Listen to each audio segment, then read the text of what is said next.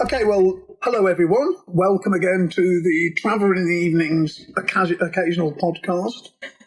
This is another special episode, really, because it's the first time we've had kind of follow-on meetings. So the last podcast, I met with an old friend and comrade of mine, John Game, and we discussed a topic under the title, Whatever Happened to the Revolutionary Left from Workerism to Broke, 1945 to 85. And we had a good wide-ranging discussion, but we both, at the end of it, thought it'd be really worth coming back and redoing the discussion in a way, but splitting it into two parts quite clearly, with a before and after, the rise of the revolutionary left and then the fall of the revolutionary left. And for the purposes of our discussion, we're the turning point for us, we're going to treat as being 1985 with the defeat of the miners. That's really the last gasp of the old workerist movement. But we're going to talk about all that sort of stuff next week. And also, Phil Smith, if you're listening in, Phil asked me about, he said, when you guys got to talking about what happens next, what have we learned, you were both pretty confused. And I think that's a fair comment. So maybe we'll talk a bit more about that next week. But this week, our brief is to describe the rise. I've called it the revolutionary left. It's the new left. It's the left that arose, to the left of the Labour Party usually. It's an intellectual movement as well. It's the New Left Review, which arose really in the mid-50s.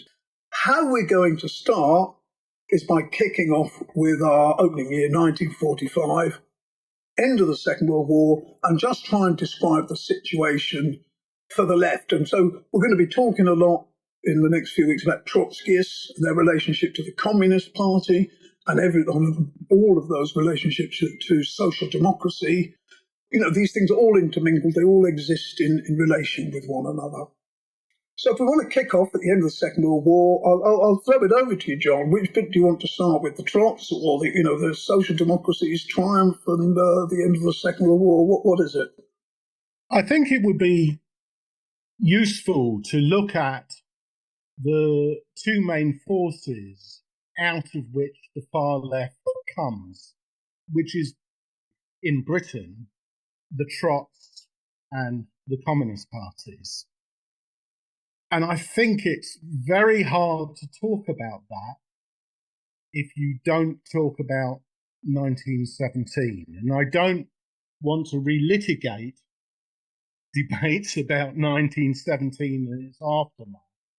But I feel, in terms of the completely transformed world that people find themselves in after 1945, you have to have some kind of notion of the political traditions, which for both the Communist Party and the Trots were really seen as being about the Russian Revolution. And one of the things that I wanted to try and address is what the appeal was of 1917 and the Bolshevik Revolution, why this is such a dominant way for the left in 1945 to approach a world which is very different. And I think in terms of talking about what I will call the Bolshevik myth in some ways, by which I don't mean it's untrue, I mean it's something that exercises a very powerful hold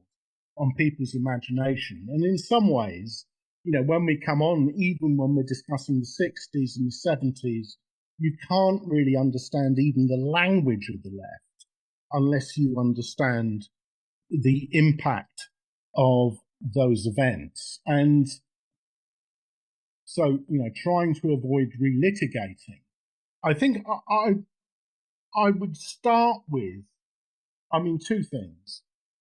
One of the things that is a bit worrying talking about the Russian Revolution is just starting with the Bolsheviks. I think you do have to have, particularly for an understanding of contemporary politics, some understanding of the sheer hugeness of what the collapse of the Tsarist Empire actually meant. And this is, in a way, a story which is independent of the Bolsheviks, which I'll move very quickly on to. But what you see with the Russian Revolution, which becomes enormously attractive to a range of international political forces, is, first of all, of course, a blow against the First World War, the imperialist war, the terrible slaughter. But secondly, really, in some ways, the creation of the modern European state system, because we forget about it now, but the collapse of both the Tsarist Empire and under the impact of the Russian Revolution and the revolutionary bacillus that spreads out from this, the Habsburg Empire, the Austro-Hungarian Empire, means that new states are created. Poland, Hungary, Czechoslovakia. What also happens is that as the Soviet form, which the idea of workers' councils spread, in a number of places becomes the site for actually what's probably best described as nationalist social democratic tendencies. You see this famously in Georgia, you see this in Ukraine. Now, all of this, for those of us who grew up on the revolutionary left, is kind of written out of history, but it's tremendously important for, the history that succeeds it.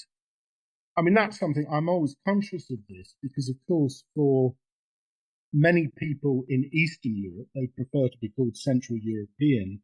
They did, after all, liberate themselves from the Central European Empire.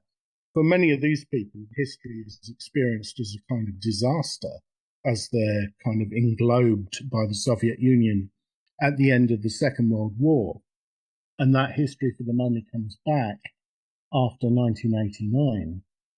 But I did want to talk about, I wanted to pay it's a bit like talking about any kind of awful series of events. You want to be aware of what the consequences were for people, both inside the former Soviet Union and outside. But I wanted to talk a little bit about the appeal of the Bolshevik idea.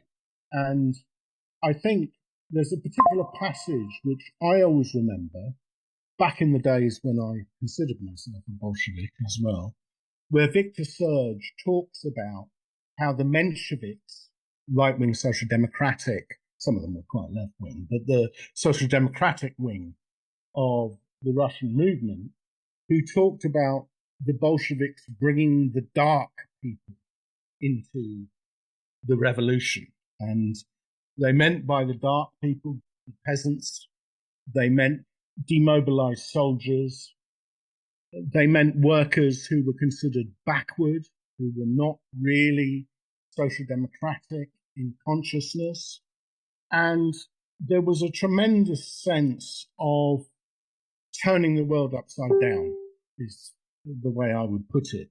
So if you look at the writings of many people who were suspicious of the Bolsheviks, they would describe, for example, the Bolshevik Revolution as being a Praetorian revolution. In other words, soldiers taking over.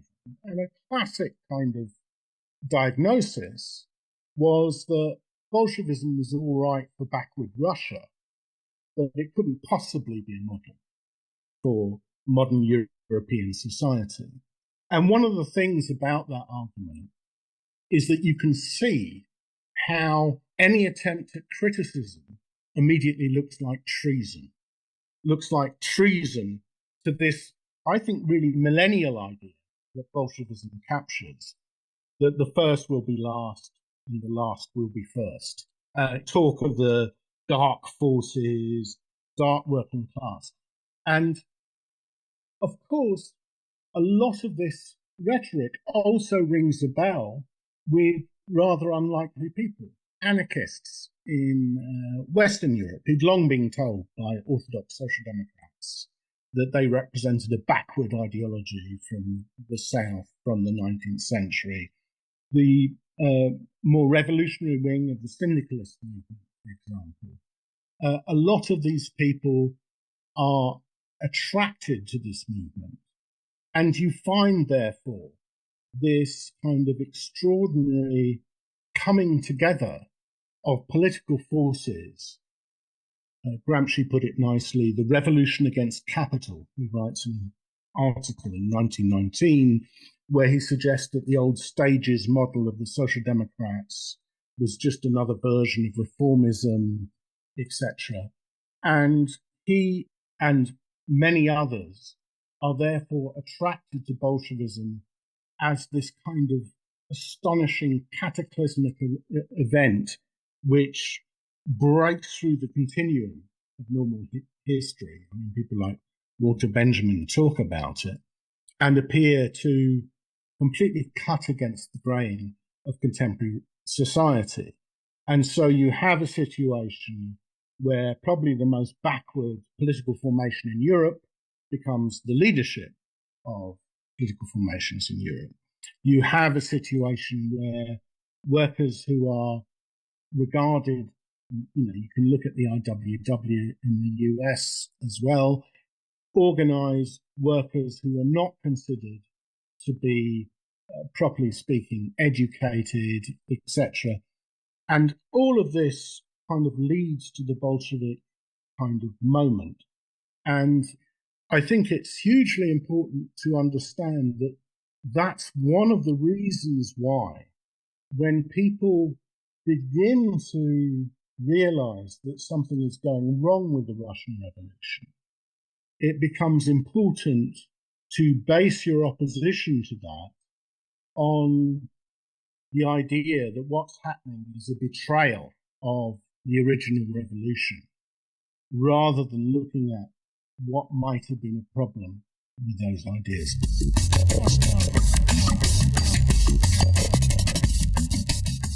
I think one of the difficulties, John, in what you're doing here, you're trying to describe to people this what's really a structure of feeling. It's not really an idea or an analysis. It's about how people relate, to the thing. And I can imagine trying to explain to somebody, very young today, to try and describe the Russian Revolution, but it might be impossible to communicate with them. But the point I think that we need to make to people is that however it was arrived at, and even if you disagree with it, particularly if you disagree with it, you say, well, that Lenin and the Bolsheviks didn't really lead a social revolution, whatever your criticism is, forget that for a moment, because the point is that, like it or not, it's become a huge modern myth, a myth by which people live their lives. So it's not just the fans of Lenin, the opponents of Lenin, the anarchists for years have defined themselves in opposition to Lenin. I used to do a meeting at the SWP's Marxism I did for several years on the trot about Kronstadt, where I defended Kronstadt, to my shame now, but it was rammed with anarchists who came to debate it. And it had the feeling of a set-piece match. The point here is the one you were really trying to establish, which is that if you want to describe the collective career of the revolutionary left in the post-war years, you really have to understand a structure of feeling in which it's really easy to underestimate. If you think about it, right, or think about when you've spoken to activists or other Marxists or communist revolutionaries, you're often arguing about pretty theoretical things, things you've never done yourself, things you may aspire to do. But, the Bolsheviks had a kind of advantage over everybody because they had done this. Again, even if you were against it, even if you didn't rate it, it has certainly appeared to the bourgeoisie that communism had risen in Russia. But entire generations have become embroiled in this myth. But we ought to move on, because I think it's important that we communicate that when we talk about the Trots and what the Communist Party were up to, they were kind of, in the same way as with the anarchists, they're all different positions within that are rotating around this mythology of 1917. And when I say mythology, as you said earlier, I'm not saying it's a pack of lies, but it's a myth that has gripped people for generations. So the arguments between the Trotskyists and the Communist Party have sometimes been very hostile, but they're family arguments, because they all exist within under this family umbrella created by Lenin and the Bolsheviks. Having said that, let's move on then. Our Trotskyist friends emerged at the end of the Second World War. They'd gone into it with a Trotskyist perspective of there was a coming period of wars and revolutions, and that the Second World War could not end without the fall of all the states of Europe and the heads of kings and queens and all kinds of things like that. That's the perspective they went into the war with. So when they came out of the war, they were pretty surprised. But I'll throw the ball back at you at this point to see how you want to develop the argument about the relationships between the revolutionaries, the reformists, the Communist Party and the Trots coming out of the Second World War.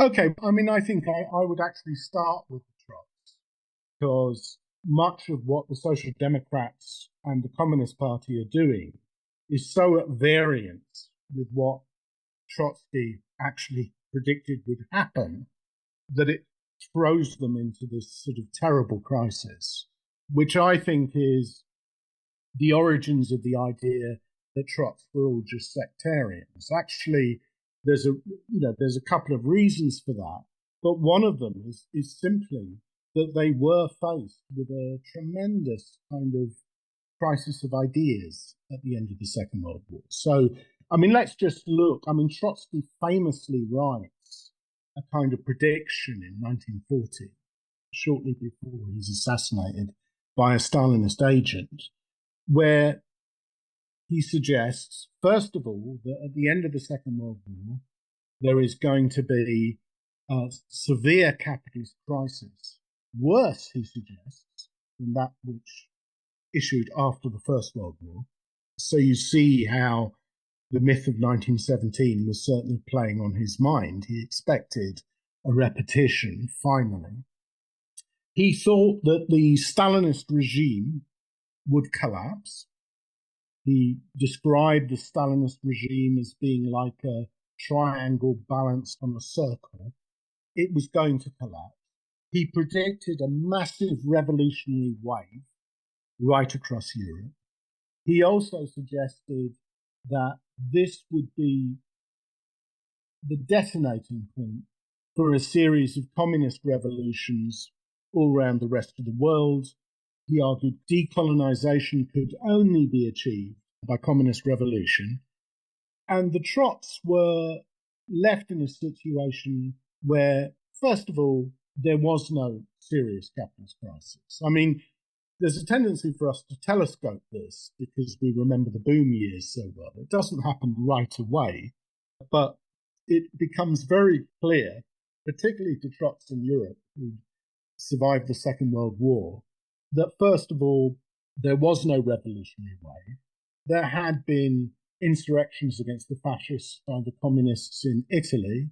There was a civil war in Greece, but there was no generalized revolutionary offensive. In fact, people were desperate for a return to normal life, in a sense. That's what people really wanted.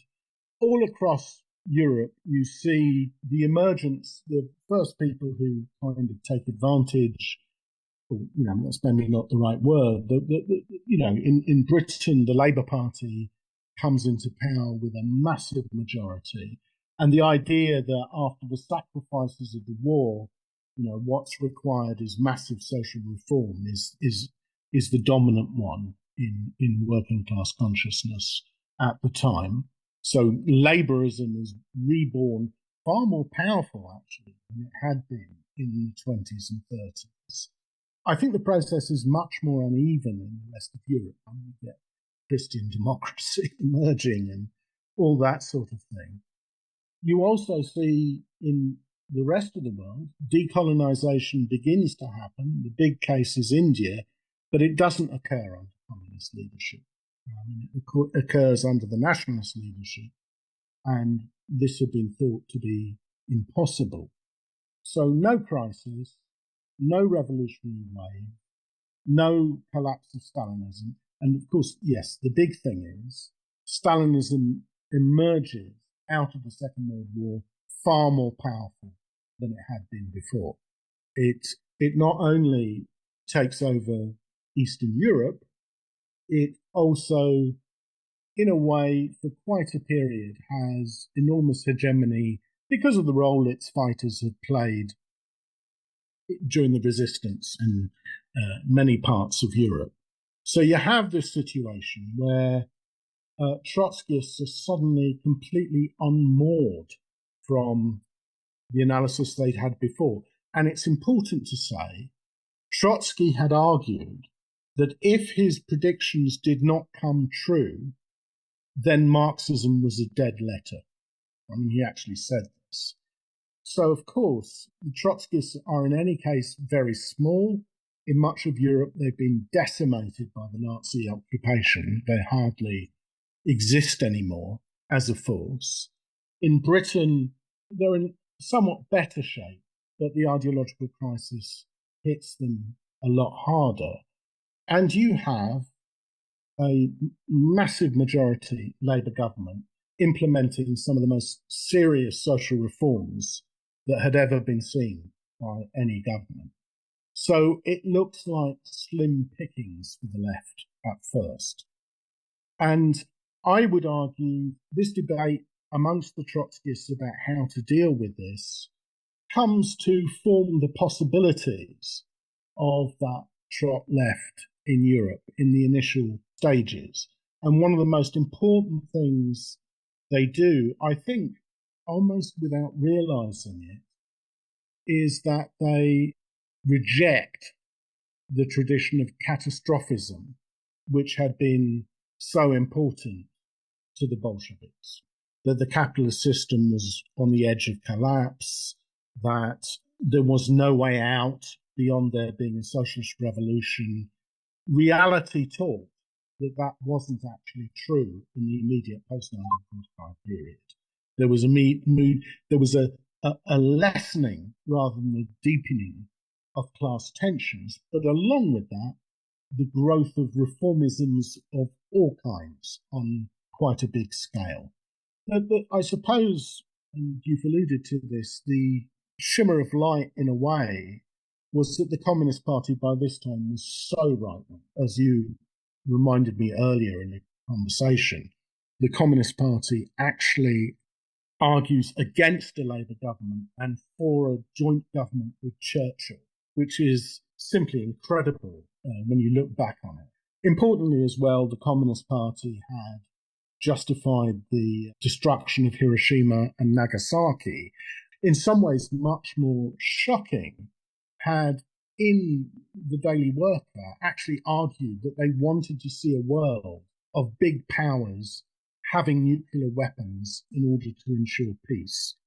So the Communist Party had become a kind of right-wing sect. And during this period, despite their growth because of their association with government during the Second World War, they really suffer a bit of a collapse. But the Trotskyists don't grow very much either. It's the mainstream reformist forces that grow.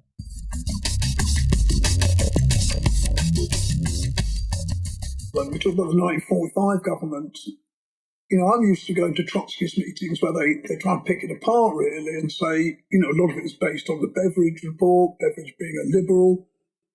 Who was it who said, give them reform or they'll give us revolution? There was a lot of that feeling about in the ruling class. So they weren't always against these things. They knew that new provisions, a new social contract almost informally had to be made with the working classes. They had to be brought on side, and that's the Trotskyist argument. That's all very good. But, if you were there at the time, I would imagine that seeing Labour return to power at the end of the war that you've won, introducing these huge reforms, that's immensely persuasive. So the Trotskyists remain a very small group. But I would also say in their defence, some of them realised they had these problems of explaining the boom as it unfolded, not just that saying that Trotsky was wrong, but coming up with an alternative explanation as to what was happening. So they had the problem of explaining that, and they had the problem of explaining, developments in Russia. But at least some of them wanted to do that, and we can talk a bit more about that at the moment, how they addressed those questions. But you have to say about the Communist Party, while Trotskyists must have been dazed by the failure of Trotsky's predictions, the Communist Party were used to being dazed with all their flip-flopping of their positions, at Stalin's command, so going from third period Stalinism with a rejected alliances with anybody, with social democracy being the main thing. Writing everyone up to the right of them off as social fascists, and from that to the Popular Front to supporting the Molotov-Ribbentrop, German-Russian agreement. So they were pretty confused people. So all I'm trying to say is that it must have been difficult for the Trotskyists, but a lot of them were trying to address the problem. I think it's also true. I mean, I kind of just alluded to it. And it is hard when we're talking about this history. I think one of the reasons it's hard to speak about is we didn't live through it, and you're trying to develop feels for it, what it must have been like. There's a famous story of because the Communist Party were decimated in 45, 46, but one of I don't know which Communist Party member it was, but he gets up and he says, well, we might have lost, Bethnal Green, but we gained Peking. And it's also true that the spread of the Soviet Empire and the difficulties that this posed for Trots, who just thought it was a kind of deformed, degenerated state which couldn't possibly grow and was about to collapse under the weight of its own contradictions, they expand so quickly that I think the flip-flops, some of the ideas about them being central to the winning of the Second World War, all these things actually one needs to discuss, it's just too much. But I think that produces this situation for the far left where they're aware that the old diagnosis which they had from the 20s and 30s just doesn't really work anymore. The communists can keep themselves going just brutally. They could get money, militants could look to the Soviet Union and Eastern Europe as the beginning of the spread of socialism. Whatever the confusion, they could feel they were on the up. I mean, at least inside the working class movement. And the Trots couldn't really do that. And, we're talking here about the early 1950s. And so they go through this very long, I mean, it doesn't seem long now, but it must have seemed long at the time, in the 50s, trying to build a platform that makes sense in some way. And there's a number of things which then come along, which we can discuss, which begin to make this possible. I mean, like, the first thing I think there's three very important things. The first thing is, in conditions of boom, workers begin to develop new forms of struggle, which can be related to. And, we probably need to have a conversation about that. The second thing, of course, is Hungary 1956, where hundreds of thousands of Communist Party members across Europe actually resign from the Communist parties over it. The Trots don't attract too many of them, but they go on to form a kind of seedbed of the new left, which is helpful to them. The third thing in places like France is, as some of the old empire states try and hold on to empire, they're engaged in a series of disastrous kind of wars and imperial adventures, which it becomes possible to mobilize against. The French in Algiers, the Brits in Suez, all of those things. I think we should talk more about 1956 because it was really a breakthrough moment for the far left, the revolutionary left. I know you described how it began to take place, but I think it's one of the key turning points. I feel we ought to also, however, lay down a marker because the reorientation of the Trotskyists was very difficult for them. They do begin to address the problems they've got. They do begin to find new solutions to old problems and so on. But they had this massive problem of describing what was going on in Russia principally, but then in the rest of Eastern Europe as the Russians moved in. And it's worth emphasizing what you said, actually, about the instability of it.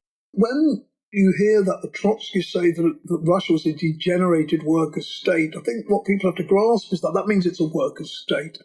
Okay, it's basically a workers' state. That means the workers basically have made a revolution, and it is the resulting state. It just has this sort of excrescence on top of it, the bureaucracy.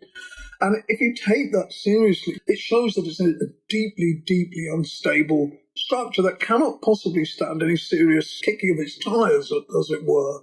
It's incredibly unstable. So for it to survive the war and to expand, as you said, creates a massive problem for Trotskyism. Now, the marker I wanted to lay down is to say that, the tradition we come from, I don't want to defend it and dig into it deeply at this point, but I think it's significant to say that from within this Trotskyist ferment of rethinking what was going on, their world perspectives, from their thinking about Russia, a current emerged that broke with the Trotskyist tradition, really, in this key sense.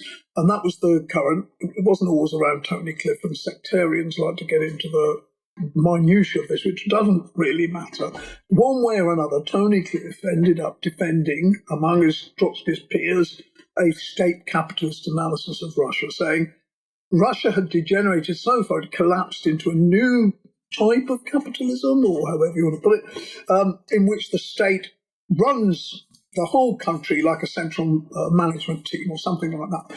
Now, the point about this is that it is a fundamental break with Trotskyism, and it leads eventually in the hands of some of Cliff's followers to a rethinking of international relations and what the Trotskyists, or what they had to say about that.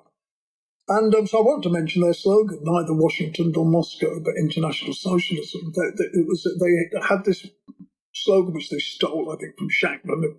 What the slogan says is the two sides of this nuclear thing that's building up are both capitalist forces, different types of capitalist forces. And that very much changes how you see international politics.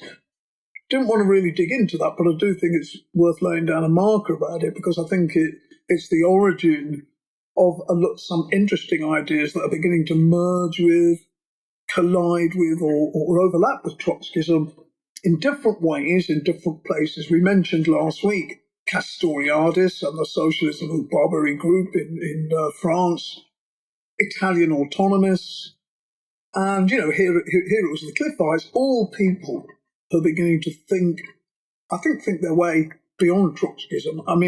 But they're all attempts to think beyond Trotskyism, and ultimately I think Marxism, if you extrapolate them, but that's a different discussion. So I wanted to say that was going on among some of the Trotskyists, the group that was building around Cliff, and that was that, really. We can return to our kind of wider discussion, having said that, about what happens next, No, I think it is important, and I think it is also important to understand just what a radical idea that was on the left at the time. If you read, for example, about as Stalinism spreads into Eastern Europe, you begin to see disquiet amongst many left progressives about the stories they're hearing about the purges, mass killings in some cases, sometimes actually old comrades of theirs who had been in France along with them fighting in the resistance. And there's a massive kind of scandal around a number of very prominent French intellectuals, Merleau-Ponty, Sartre, people like this. And the thing which some of them break from and others don't is what was called at the time anti-communism. And the idea of anti-communism was that no matter how bad what the Stalinist was doing was, to speak openly about it is to give comfort to the right. A familiar idea today. And that therefore, and it's just after the Second World War, so therefore to criticize openly, say gulags or purges or show trials, is to give comfort to fascists. You can't. If you can't criticise gulags, what business do you have? I've never liked Sartre, right? No, but it was a very, very powerful argument at the time, and it took enormous. There's that quote I told you. I think it was from Merleau-Ponty, or it might have been from Camus. I can't remember which one it was, but he says, and those of us who've lived through the recent past might understand the feeling. he says, the thing I regret the most is being polite. I will never be polite again. And, he says this of the fellow travellers and the Communist Party. But to get back to capitalism, imagine in an atmosphere like that, and this would be quite shocking for people, I think, when Russia actually pushed China to invade Korea, and then the Americans invaded South Korea, the official position of the Socialist Review Group, as it was known then, was that this was an intra-imperialist conflict in which no side should be taken. This is bureaucratic state capitalism against monopoly state capitalism. We don't have a vested interest in this fight. I mean, this is an almost unimaginable position today, actually. But, they actually say this. There were also, all sorts of arguments about German rearmament and things like that, which were going on at the time, where they took positions which, would not only have been regarded as eccentric, but so extreme as to kind of place you completely outside the pale of leftist discourse. And that's why I was disagreeing a bit about how the Trotskyists in that period could, at least the Communist Party was doing badly. I mean, actually, they were totally isolated at that time. And, that's, I can remember meetings about it. And it might be an interesting story how those positions were gradually amended. But that kind of a position is based on that terrible term I used, Workerism. It actually begins as a joke. What I was suggesting, I wanted to use not the term workerism, which everyone's familiar with, and many people are familiar with, but I wanted to use the French word so that people wouldn't immediately dismiss it. It's this idea that ultimately the struggle for socialism is about not some imaginary proletarian ideology, but the actual working class as it actually exists in factories, empowering itself. And the idea was that such struggles would exist east and west, and we had to side with both. But again, I'd stress that this is, at the time, this was a position, certainly before 1956, which would have completely isolated you from the vast bulk of the left.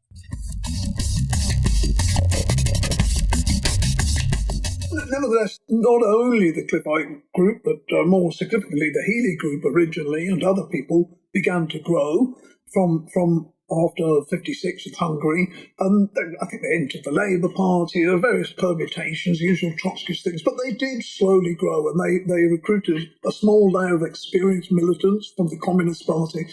And then they continued to grow throughout the 60s to really, I think we should cover, the late 60s, 1968, so remember the growth of the shop stewards movement, which is a continuation of this your workerist theme, okay? So you've got this rising working class militancy based on rising confidence, based on rising living standards, based on a growing economy, right? Through the 50s and 60s. It produces a powerful and confident working class that Trotskyists and others relate to. And, they begin to build real relations with, really. But that begins to decline after the end of the 60s. So the period goes over into the 70s. But there is a turning point, and we should mention that. Yeah, I would say just something a bit general first to address those points.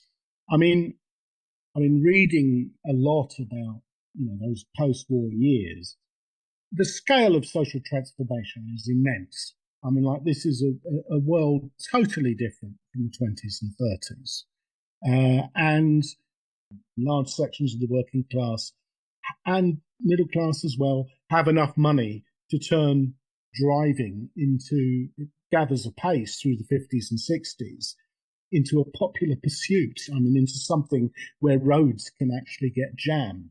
You then have the development of the washing machine, which of course liberates women enormously within those kinds of domestic setups.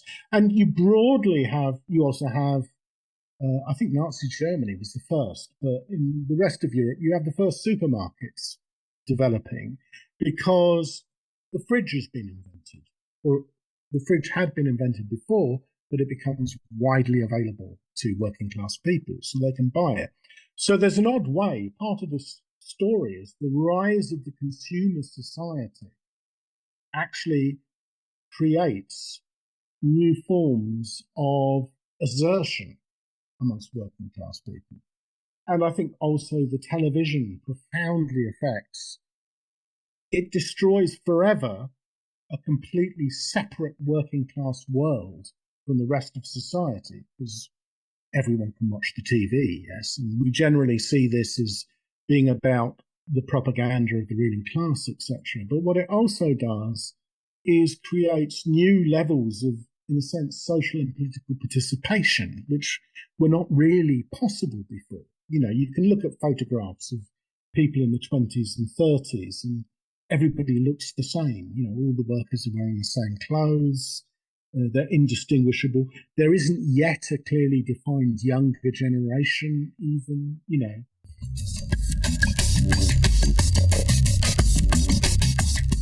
The focus on Workerism can blind you to the fact that this was all part of a much bigger picture, which involved eventually things like the counterculture. But this was a change not only in the relationship between labour and capital. It was a transformation of social values. The link. Thanks because you've prompted me. The link actually is that one of the big changes in the nature of militancy at the time. And this is not just true of Britain, it's probably even more true of places like Italy, where you have a young generation of workers moving in from the countryside, etc., is a tremendous focus on conditions in a way which wasn't really true in the 20s and 30s, an opposition to hierarchies in the workplace, because all of these things did not fit with the idea that you were a part of society, in a sense. Sorry to divert again, but I always remember reading a book about Argentina, which argued that Peronism, their populism, was partly an expression of the fact that they argued that the working class was actually part of the nation, and that the working class could participate fully as citizens within the nation. And there's a bit of that going on, I think. So you have this paradoxical thing where, on the one hand, you might argue working class consciousness has been diluted by the new consumer society, etc., but it's also becoming much more assertive and confident at the same time. So there's a kind of a strange dialectic going on there. And so you have, strikes over wages. You also have strikes over conditions and hierarchies in the workplace. I can remember being told a story where an American management consultant was invited in, I think, to Vickers, which was an engineering plant. And this managing consultant said to the shop steward, said to the workforce, "We like to see our workers as part of a family." And, the response of the shop steward was to walk into his office with a cup of coffee, put his feet up on his desk. And when he came in, he said, "What on earth do you think you're doing?" He said, "Well, in my family, I sit and drink wherever the fuck I like, actually." And so, that kind of, spirit, I think it's rooted in very complex social changes. I don't think a story like that would have happened in the 20s and 30s.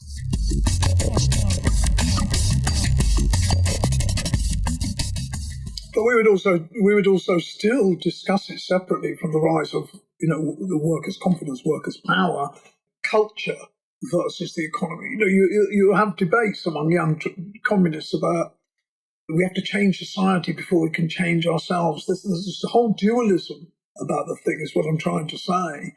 And that, to me, becomes incredibly important as the workers' movement begins to unwind.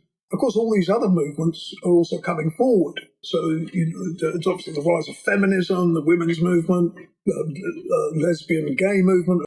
And the far left has to start to deal with that, having failed to deal with cultural questions in the 60s, if you like. They thought it'd be enough just to assert their identity as Marxists, as hardcore activists, as workplace leaders. You didn't have to get involved in this fluffy stuff about culture. But anyway, that becomes important later on, because as the tide of militancy begins to wane, I know that groups like the SWP began to turn increasingly away from, shop stewards, from the kind of organisation, the kind of things you were just talking about, turn away from that towards social movements. So actually, first of all, not a social movement, but fighting fascism, the National Front. In some ways, one of the SWP's finest moments, in my opinion, the Anti-Nazi League, Rock Against Racism. And that was actually tremendously successful, again, without getting into sectarian arguments about strategy and tactics, how it was all dealt with. Nevertheless, a big anti-fascist, anti-Nazi specifically movement was built that did help put the National Front back in their place, right? So that's all significant, but it's all taking place as the tide of militancy recedes. And I think that's important to mention, because you see among many of the Trot groups, they're transformed by these changes, because in many senses the centre of gravity moves away from the workplace to campaigns, communities, all kinds of things other than the workplace, because they had no choice. I'm not saying not they had much choice about this, but they maintained themselves by carrying on in a different vein. And I say all that to lead up to a discussion of the miners' strike, because we said that would bookmark the other end of this discussion. But for me, it does lead up to the miners' strike, and we discussed it last week, so we don't have to go into all the details again. But it seemed to me, because again, as we discussed last week, for those who haven't heard that, John and I first met during the miners' strike when we were both new members, recent joiners of the Socialist Workers' Party. So that's when we met, and we were both transformed really by the miners' strike. But it turned out to be the last gasp of that workers' movement. And so, what we were left at the end of that wasn't very much. I mean, perhaps we should talk about that. We're gone very quickly from the splits in the Communist Party of Hungary, the Trots beginning to recruit, rising throughout the 60s, beginning to implant themselves in workplaces, develop new ideas. Right, this is all a rising tide, really, through to at least 68, and then on into early 70s. But after that tide recedes, and it leaves the people we're talking about pretty high and dry. Yeah, I mean, what an irony I want to point out here is that the biggest growth period of the revolutionary left actually occurs at the height of the boom. I mean, this is strange. Now, there's many today who believe that it's neoliberalism which destroyed that working class confidence. Actually, the 70s, which did allow us to build rank and file shop stewards organisations, there's tensions between the Communist Party and all that sort of thing. The traditional industries were already going under. Hence, I don't know if you've seen it, but Duncan Hallis's long articles about the white-collar working class, which we were hostile to at the time, but which a number of other commentators have pointed out, become increasingly radicalized during this period, partly because they do take up these other issues of, gender, race, etc., in ways which were significantly harder amongst manual workers who were increasingly under attack and simply wanted to defend themselves. So, anybody, if you look in detail at any account of the mining industry, they had already faced massive contraction, even by the early 70s. It wasn't the case that this was like a booming industry. And the irony is that the crisis which we had long predicted is actually what destroys, that mood we're talking about. And it doesn't actually it produces a very sharp set of class struggles in 72. By 74, I remember even in our organisation, people said, yes, you had the big strike that brought the Tories down, but the role of the rank and file was much less pronounced. It was much more easily captured by the Labour leadership and the trade union bureaucracy and all this. And then you enter what you're talking about, the Anti-Nazi League period, where you can see the rise of reaction. And so the miners' strike appears as a kind of kind of saviour, really. I mean, I can remember I joined in 1981, and you'd be reading about the steel dispute. It was just defeat after defeat after defeat. And suddenly again, you had this kind of mass strike. But as you say, something we glossed over last time we spoke, I mean, the SWP initially took quite a sectarian position, actually, out of not really understanding how much things had changed. The argument was, we don't do soup kitchens, we want to organise flying pickets. Actually, a lot of miners were not workers of the 1970s. They weren't really into that. It was very slow to take off.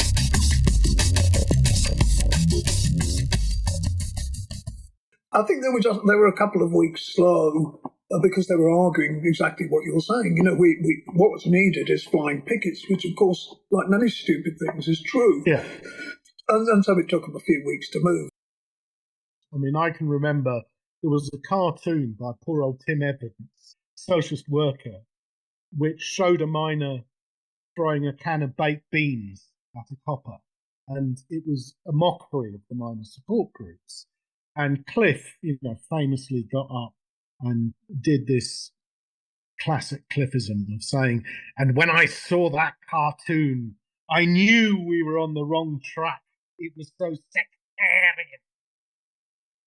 I think we were quite slow, but as you say, I can remember when we first started going along to miners' support groups in East London, say, we were a bit Johnny-come-lately. I spent the first couple of months of the miners' strike ferrying miners around Tilbury docks and places like that. And, we were trying to do that thing of rebuild the kind of 70s mood. But that really wasn't there. What was there was a real polarisation in society between Thatcher and what she was doing to the miners. You compared the situation then with the 70s, and you were saying it was already a receding wave. But we shouldn't forget that one of the reasons for the attack on the miners, they weren't all simply economic. What the miners represented to the ruling class, to Thatcher's wing of the ruling class, certainly, was the working class itself, its militant backbone. So that was at stake, and the miners were defeated, and there was no return match. It really needs saying what a turning point it was. I think the end of the miners' strike is a pretty clear point of demarcation between past and future, right? I think that many things changed then. There is the trouble of telescoping all of this history, and I think it's quite difficult. I mean, one of the things I would say is that when I look at the far left, I tend to see it as kind of generational, and we kind of put a single label on it. And in some ways, that's misleading. So just to quickly round up, in the 50s, you have very small groups of people trying to rebuild some sort of tradition of, I actually would call it a kind of libertarian workerist socialism in Britain. And I think they're very isolated, but they're very serious about it. And they collect together a set of really interesting intellectuals who try and develop a new understanding of the world quite different to the ones that Trotsky had. And they succeed it's interesting that most of the ex-Communist Party members after 56 go to the most sectarian and awful of the Trots, the SLL. The IS doesn't really have a look in. This is partly, I think, because people go to what's closest to them. But you then have sections of the New Left who actually break completely from that older pattern of leftism, which is enormously important. That's one kind of historical period. Then you have the rise of CND. And again, I think it's interesting that the IS took CND so seriously because, of course, it epitomizes this neither Washington nor Moscow position. And they relate to that. But you're still talking about relatively small forces. But again, very, very interesting intellectuals, which we haven't had nearly enough time to speak about. The next big break is 68, and the developing movement, student movement, LSE, before then Vietnam, apartheid, all of those things. And you suddenly, people think, Jesus Christ, there's a chance here. We can actually break through. And it's the question that the whole revolutionary left in Europe faces.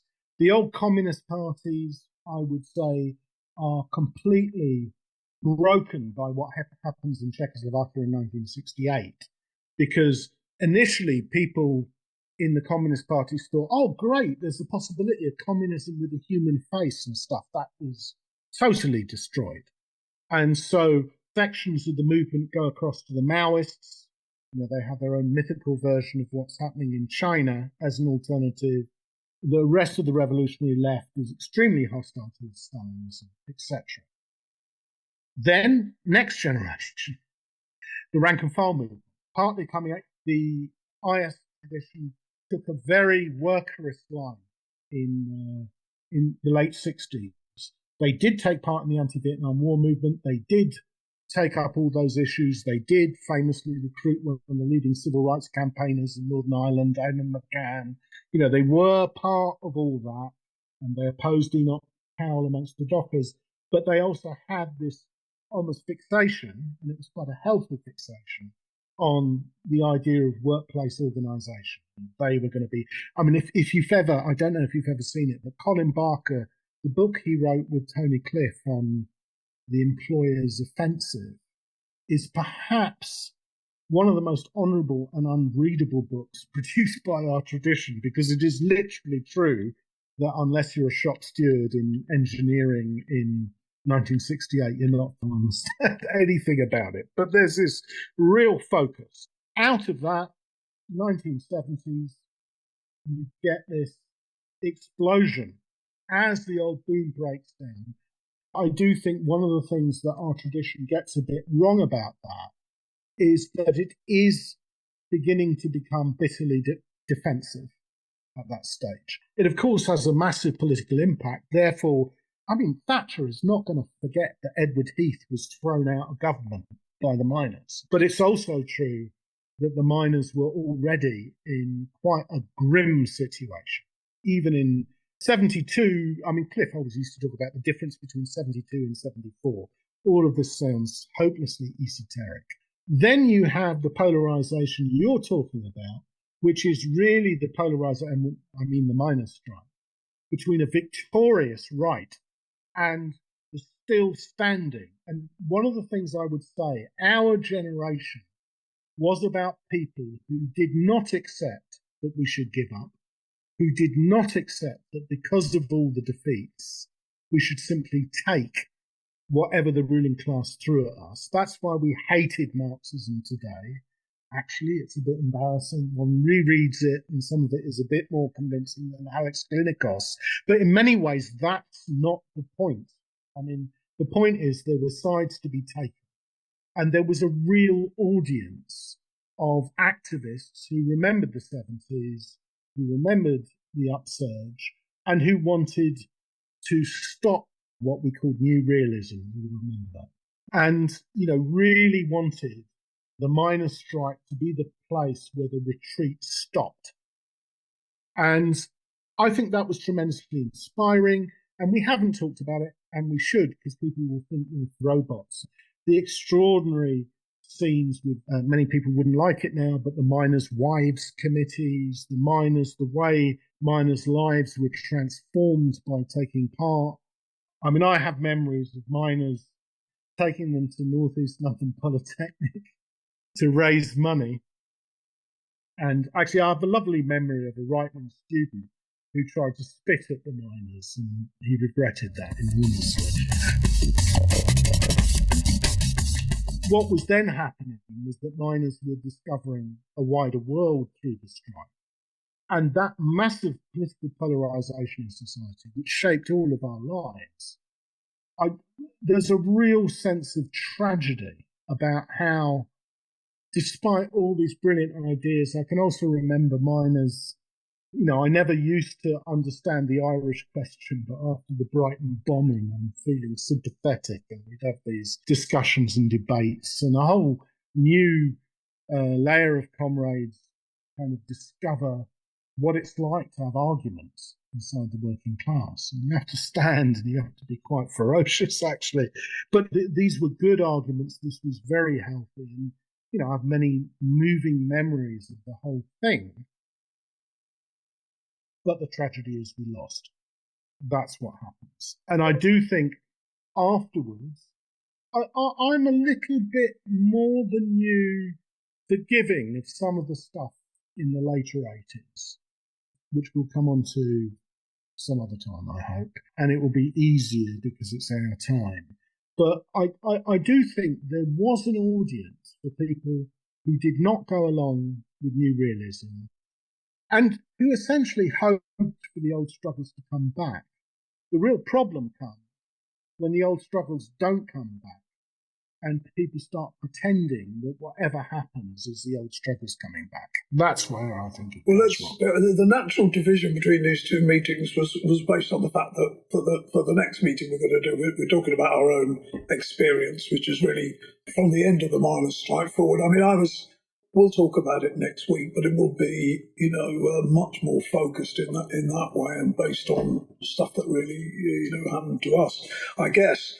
But that having been said, that's next week. So I just want to thank you again, John, for coming in. It was a huge brief you had there to cover, but I think we covered quite a lot of the points that we wanted to make, is my impression. So thanks to everyone who's listened this far, and it's been quite a way, actually. We've been talking for quite a while here, but it's been really good stuff and great to have John on, and I'm looking forward to our meeting again I say next week, thereabouts, next week or so we'll get another recording done, the final one on the decline of the revolutionary left since the end of the miners' strike. So that having been said, thanks to everyone for tuning in. I always finish by asking people, however this podcast gets syndicated or whatever they do to things like this these days, it's coming from the Traveller in the Evening blog on Substack, but it's Traveller in the Evening, all one word.com. Go there and subscribe, please.